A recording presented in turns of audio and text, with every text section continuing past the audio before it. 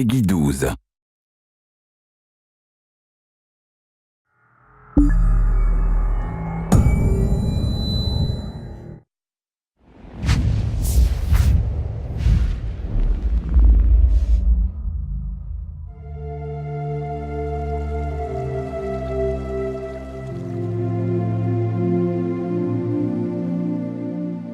With the Elder Scrolls Online, we're bringing two different groups of players together. We got the Elder Scrolls crowd, which is used to great games like Skyrim and Oblivion and Morrowind and the older games. And then we have the MMO crowd, which is used to all the great MMOs from the last 15 years. We're bringing them all together into one great game, and we're really excited to tell you about it.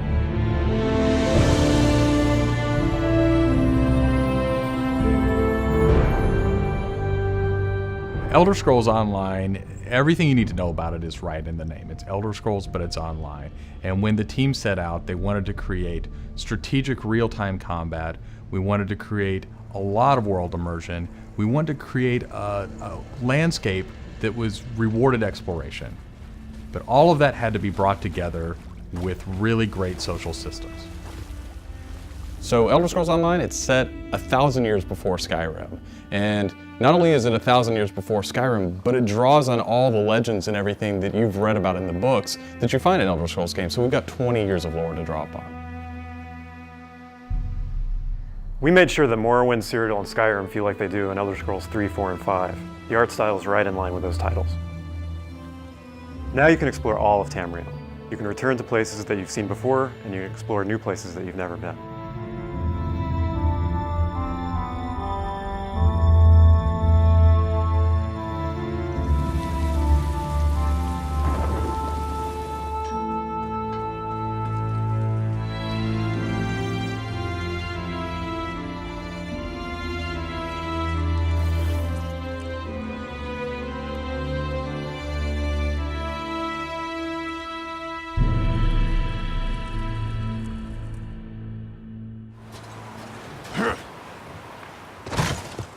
This is an Elder Scrolls combat system.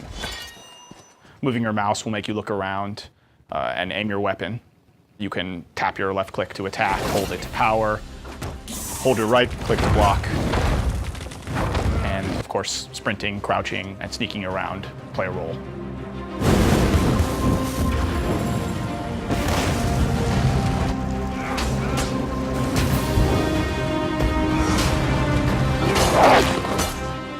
All of our characters are designed so that hundreds of them can be on screen at one time. You're going to have lots of customization options to make your character look unique. You'll find Dwarven armors, Daedric armors, Elven armors, basically all the types of armor styles and customization options that you expect from an Elder Scrolls game and the Elder Scrolls lore. By far the worst experience of any online game is at its launch when you're trying to find your friends. You can't find people, you create a character on one shard and then you find out everyone else is on another shard and you have to move. That experience is not good. So we are not going to have shards. We have a technology we call Mega Server where all players are on one server. So all your friends are right there, you just create a character, you click play and you go. The game is smart about where to put you. It puts you in game spaces with your friends, with your guildmates. It's a way to be connected with everyone and the game figures out where to put you. So with Elder Scrolls Online, one of the big things is that you'll be able to get together with your friends and overcome obstacles. So things like public dungeons, heroic dungeons, but most importantly, when you participate with your friends or even just with strangers, you're not competing for resources. You're all working together to overcome something and you get equal credit for that. As a player, you're able to start off by picking one of 9 races. You'll be able to pick a class, so that's just the start though. From there, all of the choices you make with quests, all of the choices you make in which abilities you choose, which weapons you use, which armor you use, really help make your character stand out in the world. The basis for the customization system in Elder Scrolls Online is that you can use whatever weapon or armor type you actually want to use. You can play as a heavy armor character who's a tank with bow, or you can play as a mage who uses a two-handed weapon, or you can play as a sneaky guy who runs around healing people. Sort of the combination that you selected out of what armor type you use, what weapon type you use, and what class you use, really creates a unique character experience for you. One of the things you're going to be able to do that's going to make you stand out is you have perks. For instance, perks allow you to become a werewolf or a vampire, or maybe even have special pets. But it's not just about that. There are other things like how you increase your stamina, how you increase your magic, or how you increase your health that really take you from your initial class choice, and it makes you stand out because you're saying, these are the things that are important to me. This is the way I want to play. This is the role I want to take in combat.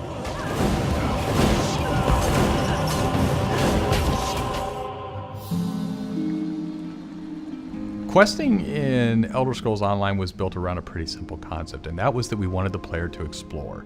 And we wanted, when the player explored, for them to be able to see something around a corner and say, oh, well, I was on this quest, but now I see something over there that's really interesting. And so they had this decision point of, which thing do I do next? And that's really where we want the player to go. It's not what do I do next, it's which one of these things do I do next.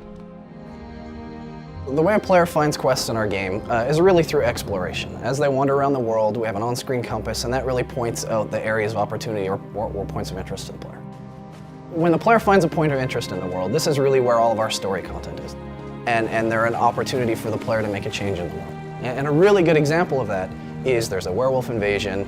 When the player gets there, they fend off the werewolf invasion, they save the town, and every time you come back to that village, you'll be remembered and thanked by the villagers. The werewolves will be gone just like you would have in Oblivion as the hero of Clutch. Once you hit level 50, that's really where the game opens up.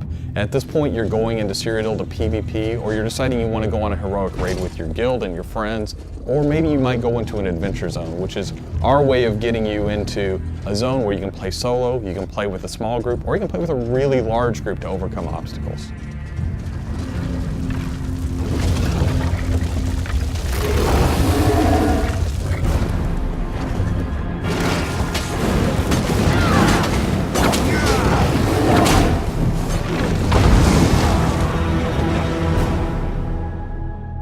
PvP in Elder Scrolls Online is focused around taking various structures in Cyrodiil. If you remember Cyrodiil from Oblivion, the space is very large, and that's a perfect setting for having three alliances fight each other.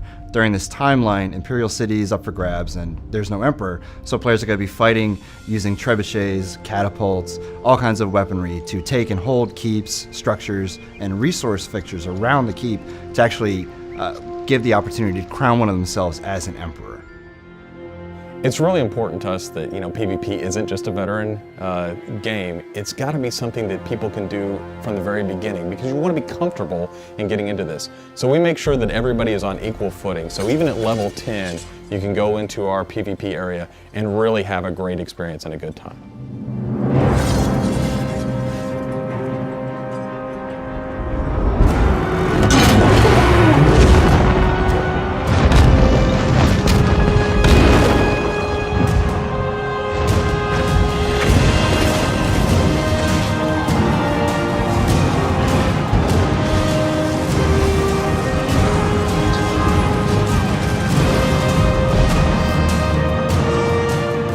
With a game the size of the Elder Scrolls Online, it's really hard to, in one demo, one presentation, one video, to list everything about the game. So what you've heard today are the basics. Over time, we're going to go into more depth in everything you've heard about today, and then all the other systems which we haven't talked about yet. All these elements are going to come together and make Elder Scrolls Online the next great online RPG.